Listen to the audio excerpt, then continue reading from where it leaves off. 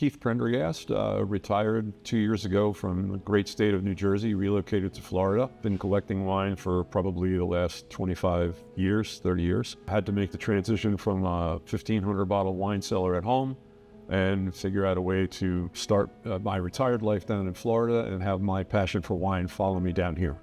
The first decision I had to make was how much of the wine I wanted to bring with me. The seller trading platform, it helped me go from on the selling side of things. Once I relocated to Florida, I've become a buyer through the seller trading platform. So it's really been very helpful to me. Once we got to the point where the inventory was down at a workable and manageable amount, I brought the wine to UOVO, New Jersey, and we arranged to set it up to come down here. To me, the biggest advantage of using UOVO is all the locations, because I've been able to maintain a lot of my existing retail suppliers in New Jersey, New York, in California, and in DC. It opens up so many different opportunities for someone like myself that acquires wine from around the country. What I like about the system here is that I can take my inventory from the software that the UOVO uses and email it to Seller Tracker, and it gets integrated right into my system, so I have a nice seamless way to track what's going on. And then I have the advantage of two different databases where I can track,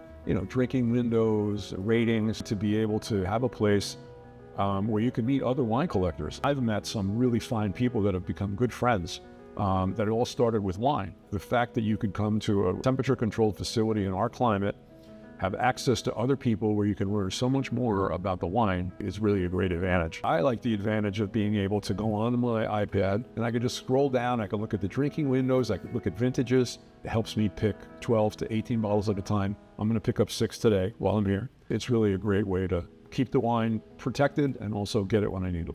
I've also noticed that having relocated to this climate, that I've drifted a lot more to French wines like white Burgundies. So my tastes have changed.